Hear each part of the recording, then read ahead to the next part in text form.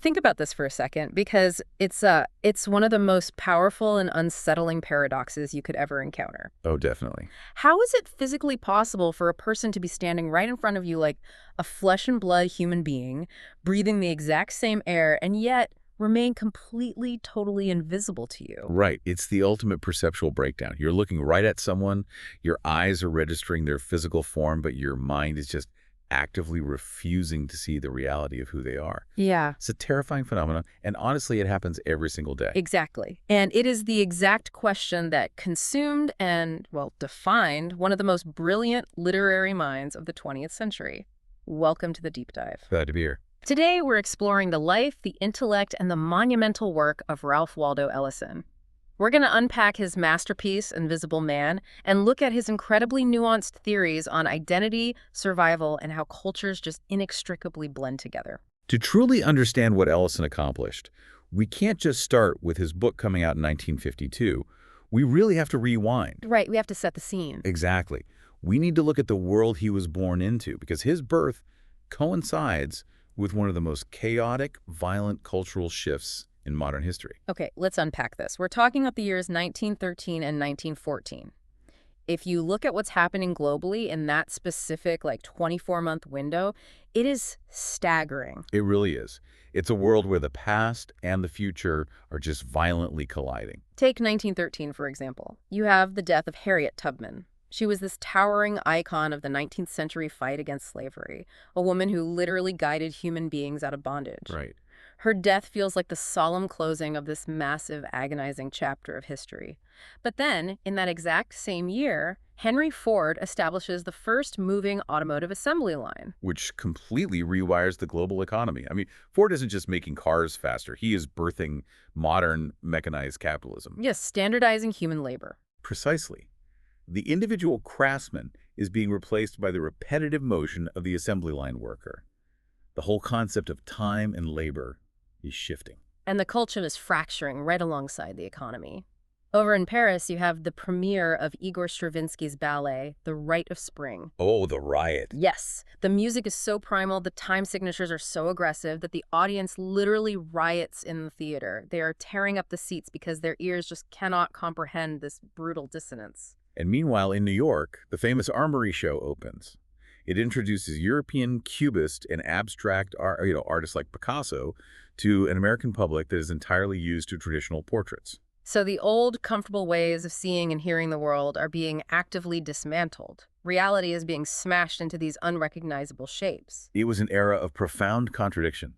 You have the ghosts of the 19th century lingering in the room, while the terrifying machinery of the 20th century is being switched on. And right in the epicenter of this massive tectonic shift, in 1914, Ralph Waldo Ellison is born. And his environment is just as contradictory as the era itself. When we study the African-American experience in the early 20th century, the default narrative usually centers on the Deep South. Right, we think of the entrenched plantation economy. Right. Rigid racial hierarchies, the terror of Jim Crow laws. Exactly. But Ellison wasn't born in Mississippi or Alabama. He was born in Oklahoma City. And geographically, psychologically, that makes an enormous difference. A monumental difference, right? Because Oklahoma was essentially the frontier. It was. It had only achieved statehood in 1907, which is just 7 years before he was born. So it didn't have that ancient, rotting bedrock of a multi-generational slave economy. Now, to be clear, it was absolutely a segregated society. Racism was a daily reality. Oh, without a doubt. But the atmosphere was completely different. It was a new state full of pioneers, opportunists, people trying to invent themselves. Ellison actually wrote extensively about this. He described growing up in an environment where the lines weren't so permanently drawn in stone. He lived in mixed neighborhoods. Yeah, his father interacted with Native Americans, white folks, black folks on a regular basis. There was this rugged individualism baked into the soil there. He felt a sense of limitless possibilities. He actually compared his childhood to Huckleberry Finn. This idea of a kid exploring the territory, unburdened by the crushing weight of a predetermined identity. And that psychological foundation is crucial to understanding everything he later wrote. Yeah. Because he grew up on the frontier, he never viewed himself primarily as a victim. Right. He viewed himself as an American, with the absolute right to claim the entire culture and literary tradition of the country as his own. But, just because he had this psychological freedom doesn't mean his life was comfortable. He faced severe adversity very early on. He did. His father, Louis, was an ambitious tradesman, a man who loved to read. He actually named his son after the philosopher Ralph Waldo Emerson. But Louis died tragically when Ralph was only 2 or 3 years old. It was a devastating blow. His mother, Ida, was suddenly left to raise Ralph and his younger brother entirely on her own. And this is in a society with virtually no safety net. She was forced to work as a domestic servant, cleaning houses just to keep food on the table. And yet, amidst this severe economic hardship, she made a deliberate, almost radical choice. She fiercely encouraged her son's intellectual curiosity. Yeah, she brought home magazines and books discarded by the wealthy family she worked for. She bought a phonograph. She made sure that the house, though poor, was just filled with ideas and music. It's a scenario that I think resonates deeply with anyone, especially a student, who has had to navigate higher education while coming from a working-class background. Absolutely. You have this kid, Ralph, who is acutely aware of his family's financial struggles. He's minding his little brother while his mother works grueling hours, but he doesn't despair.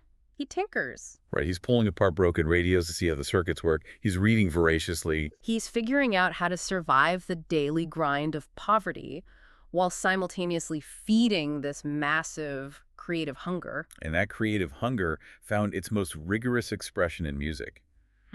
We often think of Ellison primarily as a novelist, but music was his first language? It was his first academic discipline, right? Exactly. And just like his geography, his musical education was deeply dualistic. In the segregated school system, he was mentored by a highly respected teacher named Zelia Bro. And she was a strict disciplinarian, right? She believed in the transcendent power of European classical music. She did. Under her tutelage, Ellison studied classical harmony, music theory, and symphonic structure. But the moment the school bell rang and he stepped out into the streets, he was entirely immersed in a completely different sonic world. The Southwest was a legendary incubator for raw, improvisational jazz and the blues. He was hearing territory bands and itinerant blues guitarists. He was soaking in the spontaneous music created in the moment to reflect the immediate joy and suffering of the people. So he's internalizing the strict architecture of classical music during the day and the fluid improvisation of jazz at night. And he doesn't see them as mutually exclusive. He sees them as two distinct vocabularies that can be mastered. In fact, when he left Oklahoma in 1933 for college, he didn't go to become a writer. No, he went to the famous Tuskegee Institute in Alabama as a music major. His primary instrument was the trumpet. And his ultimate dream was to become a great composer. He wanted to write classical symphonies like Richard Wagner, but incorporating his own cultural background. Tuskegee itself is a fascinating setting for this. It was founded by Booker T. Washington and heavily focused on industrial and agricultural education. The ethos was all about practical uplift, right? Learning a trade, fitting into the economic machinery of the South. Exactly. And here's Ellison walking across this campus, dreaming of writing Wagnerian symphonies. The friction between his artistic ambitions and the practical expectations of the institution was palpable. But the true turning point didn't happen in the music department. It happened in the library. Yes. During his second year, he stumbled across a poem that completely short-circuited his trajectory. T.S. Eliot's The Wasteland. This is one of those historical collisions that is just endlessly fascinating to me. The Wasteland is the pinnacle of high modernist literature. It is notoriously difficult. Dense, packed with untranslated Latin and Greek, references to obscure medieval mythology. It seems like the furthest thing imaginable from the jazz-soaked streets of Oklahoma or the agricultural campus of Tuskegee. Why does this specific poem grip him so fiercely? Because Ellison didn't read it the way a traditional English literature student would read it. He read it with the ear of a musician. He read it as a jazz composition. Oh, explain the mechanics of that, because it's brilliant. How does a poem function like jazz? Well, think about what Eliot is doing in The Wasteland. He doesn't use a single linear narrative voice. He uses a collage. He samples fragments of high literature, Shakespeare, Dante, and smashes them right up against vulgar pub chatter. So the rhythm constantly shifts. It starts and stops. It syncopates. Exactly. It takes a known melody, like a classic myth, and improvises wildly upon it. Ellison looked at this and realized, this poet is doing exactly what Louis Armstrong does with a trumpet. That is a staggering realization. He realizes that sampling, blending the sacred and the profane, improvising over a structural bass line. These aren't just musical techniques. They are structural philosophies, and they can be mapped directly onto prose. He realizes you can write a jazz sentence. You can structure a novel like a symphony. So, fueled by this, he leaves Tuskegee. In 1936, he travels to New York City to earn money for tuition, but he never goes back. He lands in Harlem. And Harlem in the late 1930s is an absolute cauldron of intellectual and political intensity. The Harlem Renaissance of the 20s laid the groundwork, but the 30s brought the added pressure of the Great Depression. The streets were filled with soapbox orators, communist organizers, jazz musicians. Imagine the culture shock. It's like moving from a rigid provincial college directly into the beating heart of a global metropolis. You're surrounded by people actively debating the future of humanity. And on his second day in New York, he happens to meet the legendary poet Langston Hughes. Hughes recognizes Ellison's hunger immediately. He hands him novels by André Malraux, introducing him to European existentialism. And shortly after, he meets Richard Wright. Wright was already rapidly becoming the most famous Black author in America. Wright saw the analytical depth in Ellison and practically ordered him to start writing. He challenged Ellison to write a short story. So Ellison's time in Harlem was his true university education.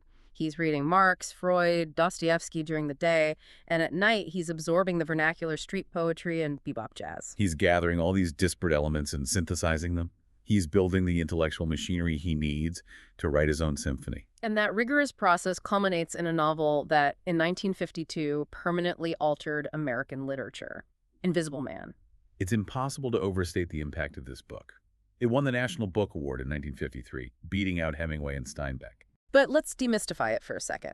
Let's look at the actual architecture of the story. On the surface, the plot is relatively straightforward. Right. It follows a young, unnamed narrator who gets expelled from a Southern college, one that bears a satirical resemblance to Tuskegee. He travels north to New York to find work. He gets chewed up by the industrial machine, manipulated by a radical political organization, and eventually driven underground. But the core engine of the novel is that central metaphor of invisibility. And we must be incredibly precise about what Ellison means here. Yeah, as we touched on at the beginning, the narrator has not ingested a chemical. He's not a ghost. No, he possesses a physical body. The invisibility is a profound social pathology. He is invisible because the people around him absolutely refuse to see him as an individual, autonomous human being. When they look at him, their vision is blocked by the massive filters of their own assumptions. They see a stereotype, a political pawn. They see a receptacle for their own historical guilt or ideological expectations. It's a dynamic that is deeply relatable to anyone navigating a massive impersonal system today. Think about the university experience in India. You walk into a massive lecture hall and you realize the administration isn't looking at your nuance or potential. Right, they are looking at a roll number, they are looking at a metric. Exactly. Or society just looks at you as another graduate who needs to secure an engineering job. Ellison takes that universal feeling of being reduced to a symbol and magnifies it into an agonizing crisis. In the prologue, the narrator states it explicitly. I am invisible. Understand, simply because people refuse to see me. It's an act of denial by society. Society constructs this labyrinth of false mirrors, and he spends the novel colliding with them. And Ellison structured this labyrinth with absolute precision, relying on the theories of the literary critic Kenneth Burke. Specifically, Burke's triad: purpose, passion, and perception. Let's break down how Ellison maps this because it serves as a brilliant roadmap for understanding how we interact with corrupt institutions. Let's start with purpose. In the purpose phase, the narrator is young, naive, and deeply eager to please. His purpose is entirely defined by external authority figures. He believes completely in the system. He thinks if he just follows the rules, plays the role assigned by the college president, he will be rewarded. He wants to be the perfect representative of his race, as defined by others. It is the ultimate illusion of meritocracy. It's the lie we're often sold early in education, right? Just get the perfect marks, speak the way they want you to speak, and the doors will open. But the universe Ellison describes isn't a meritocracy. It's a hierarchy designed to maintain power, which leads to the second phase, passion. And in Burke's terminology, passion doesn't mean romantic love, it means suffering. Exactly. It means enduring the chaotic breakdown of your purpose. The narrator realizes that playing by the rules offers no protection. He is unjustly expelled from his college simply for showing a wealthy white trustee the harsh reality of life in the South, something he was forbidden to do. He travels to New York, gets used as disposable labor in a factory, then recruited by a powerful political group called the Brotherhood. Only to realize they don't care about his humanity either. They just value him as a charismatic mouthpiece to agitate the masses for their own goals. Everywhere he turns, the roles shatter, causing intense suffering. And there is a devastating recurring motif Ellison uses here. Ah, the pieces of paper. Throughout the purpose and passion phases, he is constantly handed papers that supposedly define his future. A scholarship letter, sealed letters of recommendation, a slip of paper with a new political identity. But the tragedy is that every single one of these papers is a trap. He has a nightmare that these letters don't contain recommendations at all. Metaphorically, they all contain the exact same brutal message: keep this boy running. Keep this boy running. It's one of the most chilling lines in modern literature. It means keep him chasing a phantom goal. Keep him exhausted. Keep him so obsessed with fulfilling these arbitrary requirements that he never realizes the game is rigged. As long as he is running, he is not a threat. To break the cycle, he has to enter the final phase. Perception. Perception is the hard-won insight. It's the realization that every identity handed to him was a mechanism of control. So he makes a radical choice. He drops out. He literally falls into an underground coal cellar during a riot in Harlem and seals himself off. And to create light in this pitch-black hole, what does he do? He burns the papers. Yes, the high school diploma, the recommendation letters, the identity cards. He sets them on fire. He uses the symbols of his false identities to generate literal illumination. It is a profound act of spiritual liberation. He embraces his invisibility not as a curse, but as a space to finally think for himself. And the structural brilliance of the novel is matched only by its symbolic depth. Which brings us to the Liberty Paints Factory episode. This scene is an absolute masterpiece in using industrial processes to explain complex sociology. Let's walk through it. The narrator is desperate for work and gets hired at Liberty Paints. Their most lucrative product is a shade of paint called Optic White. The slogan is, "Keep America Pure with Liberty Paints." It's the exact paint used by the government on national monuments, so a deeply symbolic substance representing the idealized American nation. And the manufacturing process is where Ellison delivers his critique. The narrator is assigned to the boiler room. His job is to monitor these massive vats of white paint. But the paint isn't naturally that brilliantly white. Yeah. To achieve that perfection, he's instructed to perform a very specific chemical process. He has to take a tiny dropper filled with a mysterious dead black liquid and add exactly 10 drops into the vat of white paint. And he stirs it furiously. The incredible alchemy of the scene is that when the black drops are mixed in, the paint transforms into the purest white imaginable. If he fails to add the drops, the paint remains a dull grayish color. The white paint physically cannot achieve its perfection without the black liquid. It is a stunning metaphor. On a fundamental level, Ellison is explaining the economic reality of America. The wealth and monumental achievements of the nation are entirely dependent on the unacknowledged hidden labor of Black Americans. The dominant society requires the labor to build its monuments, but it demands that the laborers themselves disappear into the machinery. The black drops disappear into the white paint. They become invisible, but their presence holds the structure together. It forces the reader to confront the hidden foundations of their world. Whether it's a corporate headquarters or a global supply chain, you have to ask, whose invisible labor made this visible perfection possible? And it's a critique of the concept of purity itself. The purest white is actually a mixture. There is no such thing as an unalloyed, pure American identity. But realizing this truth, that society demands your labor while erasing your identity, is psychologically crushing. So the profound question is, how do you survive this? How do you maintain your sanity without just becoming a nihilist? Ellison found the answer not in political ideology, but in the epistemology of his youth, the blues and jazz. For Ellison, music was never merely entertainment. It was a highly sophisticated philosophy. Let's look at the blues first. He didn't see the blues simply as sad songs. He defined the blues as a mechanism for existential resilience. He wrote that the blues is an impulse to keep the painful details of a brutal experience alive in one's consciousness, and to transcend it not by philosophy, but by squeezing a lyricism from it.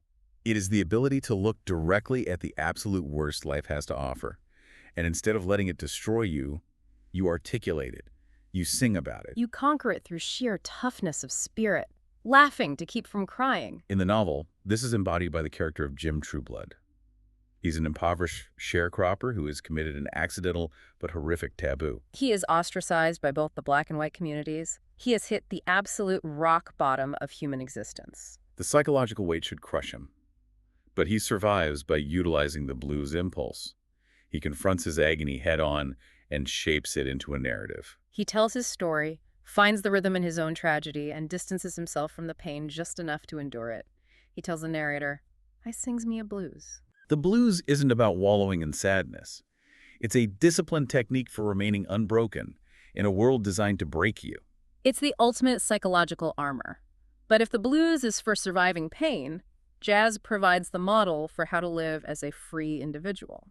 Ellison viewed a jazz ensemble as basically his blueprint for a functioning democracy. Let's examine a traditional jazz performance. You have the band. It's governed by specific rules, a chord progression, a tempo. Every musician must respect these rules, or the music devolves into noise. You have to lock in with the drummer. You are bound to the group. But the defining characteristic of jazz is the solo. At a certain point, the individual musician must step forward out of the collective and improvise. They assert their own unique voice over the chord progression. They weave their own history and technical brilliance into the song. They declare, "This is who I am." And this is why it's the ultimate metaphor for democracy. You are part of a vast collective, bound by laws and civic structures. You can't just do whatever you want without regard for others. However, within that structure, you have a moral imperative to find your own voice. You must critically examine the world and play your own solo. You can't just mimic the sheet music handed to you by authority figures. It is a delicate balance. If you only play for yourself, you are destructive. If you only play the written notes, you are a machine. The goal is to belong to the tradition while pushing it forward with your own genius. And navigating that tension requires intense strategic intelligence, which leads us to the archetype of the trickster and Louis Armstrong. To understand Ellison's respect for Louis Armstrong, look at the generational divide in jazz during the 40s and 50s. The younger bebop musicians, like Miles Davis, were pioneering a highly intellectual form of jazz. They wore sharp suits, demanded solemn respect, and looked at the older generation, specifically Armstrong, with intense criticism. Armstrong was an entertainer. He sweat profusely, smiled constantly, told jokes. To the younger generation fighting for civil rights, his persona felt like a step backwards. They thought he was playing the clown, playing into degrading stereotypes just to please white audiences. But Ellison saw something entirely different. He viewed Armstrong through the lens of the mythological trickster. The trickster is one of the oldest archetypes. Think of the Anansi spider tales. The trickster is physically weaker than their opponents, so they survive through cunning and deception. They use the oppressor's arrogance against them, and that is what Ellison argued Armstrong was doing. By putting on that grinning mask of the harmless entertainer, he disarmed his audience. In a violently racist society, a fiercely intelligent black man was a threat. But a smiling entertainer was safe, so he put on the mask. And from behind that mask, he infiltrated the highest echelons of society. He took liberties with kings, queens, and presidents. He's hacking the system. The white audience thinks they are in control. Because they are blinded by prejudice, they accept the performance as reality. But Armstrong knows it's a performance. Inside, he maintains his dignity. He is playing the trumpet with revolutionary brilliance, altering Western music right to their faces. And they don't even realize the subversive power of what they are consuming. It is resistance hidden in plain sight. But it requires agonizing discipline. You have to accept the misunderstanding of your peers, like the bebop generation, in order to execute the long game. This concept of navigating different worlds simultaneously brings us to Ellison's most fiercely debated intellectual position, his concept of the integrated literary tradition. Right, his complete rejection of cultural purity. In the 1960s, the push for legal integration was giving way to the Black Power movement and demands for separatism. Many intellectuals argued that African American culture was fundamentally distinct from white American culture. They wanted a purely black aesthetic. They believed claiming Western traditions was assimilation. But Ellison looked at this and said, "You are misreading reality." He argued that a pure black culture was just as illusory as a pure white culture. It's the exact same fallacy as the optic white paint. American culture is a chaotic, inseparable melting pot. You cannot define what is American without acknowledging African American culture. And crucially, you cannot define the African American experience without acknowledging its engagement with Western traditions. He defiantly claimed writers like William Faulkner, Ernest Hemingway, and P.S. Eliot as his direct literary forebears, alongside Frederick Douglass and Richard Wright. He argued that the moment you read a book and internalize its lesson, that author belongs to you. If Dostoevsky teaches you about human guilt, he is your ancestor. Reading Western literature released him from a segregated idea of human possibilities. The struggles in Russian novels were the same struggles happening in Harlem. He refused to let any political ideology put boundaries on his intellect. It's such an empowering stance. The entire accumulated knowledge of human history is an open toolkit. But this fierce independence put him on a collision course with his old mentor, Richard Wright. The feud between Ellison and Wright perfectly encapsulates the tension between art and propaganda. Let's look at Wright's magnum opus, Native Son. Native Son centers on Bigger Thomas, a young black man in the slums of Chicago. He is trapped by systemic racism and pushed by circumstance into horrific violence. Wright wanted to force white America to look at the monster their society had created. It was a searing piece of sociological protest literature. Wright viewed human beings largely as products of their environments, driven by external pressures with little free will. Bigger Thomas has almost no internal intellectual life. And this is where Ellison draws the line. Now, to play devil's advocate, Ellison knew poverty and segregation. Why wouldn't he embrace a book that attacked the system? Why not write a protest novel himself? That was the exact criticism leveled against him by activist writers. They accused him of retreating into high art. But his counter-argument was profound. He felt Wright, in his desire to strike a political blow, had actually dehumanized his own protagonist. Ellison argued Bigger Thomas wasn't a fully realized human being. He was a sociological stereotype, a pawn in a political argument. If you define a marginalized person solely by their oppression, you are implicitly agreeing with the oppressor. You are saying the oppressor has the absolute power to erase the victim's humanity. Ellison believed art should be bigger than propaganda. He wanted to capture what he famously called the marvelous and the terrible. The marvelous and the terrible. Yes, the terrible exists, the racism, the violence, but the marvelous exists right alongside it. The jazz, the humor, the profound spiritual resilience. If you only focus on the terrible, you are committing an act of cultural erasure. Ellison demanded that literature be treated as an art form first, governed by psychological complexity. He refused to let politics flatten the human soul, so the challenge with Invisible Man was, how do you elevate this specific political struggle into a universal human epic? You anchor it in ancient myth. Ellison understood that ancient myths are psychological blueprints used for millennia to process chaos and identity. And the foundational myth he relies on is Homer's Odyssey. The parallels are astonishing. Ulysses is stripped of his status, navigating a hostile world using disguise and intellect. That is the exact trajectory of Ellison's narrator. The most devastating use of this is the battle royal scene. It's a harrowing scene. The narrator, a high school valedictorian, is invited to deliver a speech to the wealthy white citizens of his town. But he's there for their entertainment.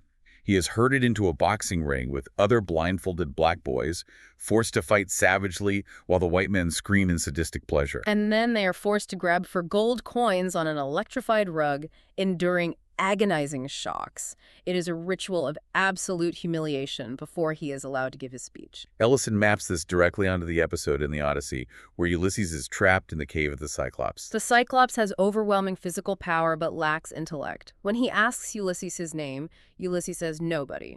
When Ulysses blinds the monster, the Cyclops yells to the others, "Nobody is hurting me," so they ignore him, and Ulysses escapes. He weaponizes his lack of identity. The white elites in the battle royal are the Cyclops. They possess power, but they are one-eyed, blinded by racism. And just as Ulysses survives by becoming nobody, the narrator realizes his only path to survival is to embrace his invisibility. If they insist he is a nobody, he can use that blindness against them.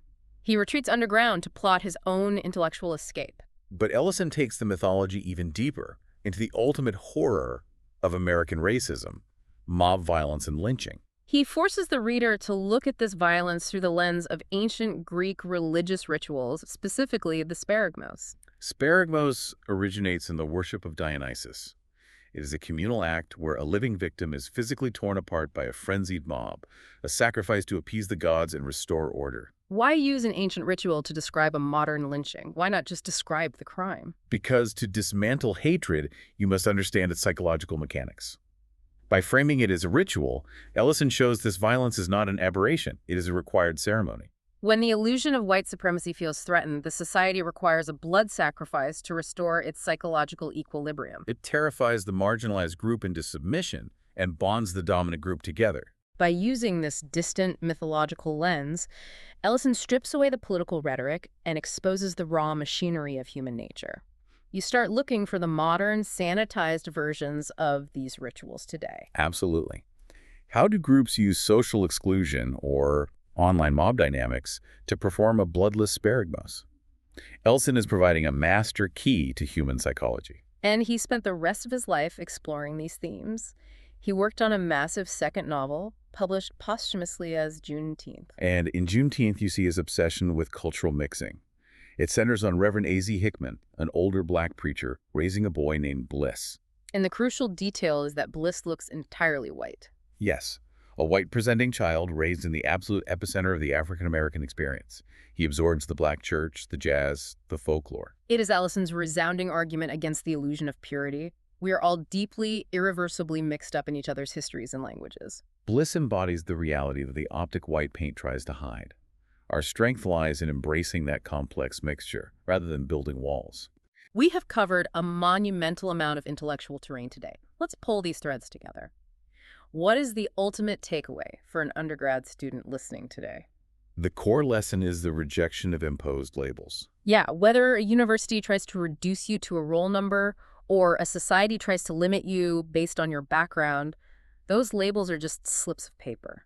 They are illusions designed to control you. The antidote is the mindset of the jazz soloist. You have to learn the rigorous history and rules of the society you inhabit. Do the intellectual work. But remember, you are not a machine meant to just execute the sheet music. You have a moral imperative to cultivate your intellect and find the courage to play your own solo. You have to embrace the complicated mixture of who you are. The books you've read, your history, it's all the raw material. The black liquid that gives the paint its brilliance. And I want to leave you with a final, provocative thought. Throughout this deep dive, we've discussed invisibility as a painful condition imposed by a prejudiced society. But what if it isn't just a curse? Precisely. If society's blindness renders you invisible, does that not also grant you a secret, profound form of freedom? Oh, think about the tactical advantage. If the world cannot truly see you, they cannot control your mind. In that underground darkness of invisibility, outside the glare of their expectations, you are completely free. You are free to read what you want, think what you want, and invent the architecture of your own soul. You get to write your own story in the dark, honing your solo, until you are ready to force the world to listen on your own terms. Invisibility not as a prison, but as a cocoon. That is an incredibly powerful paradigm shift. To everyone listening, we hope you take that profound realization with you today. Look critically at the systems you navigate and the labels you are handed. Embrace the marvelous and the terrible. And whatever you do, play your solo. We'll see you next time on The Deep Dive.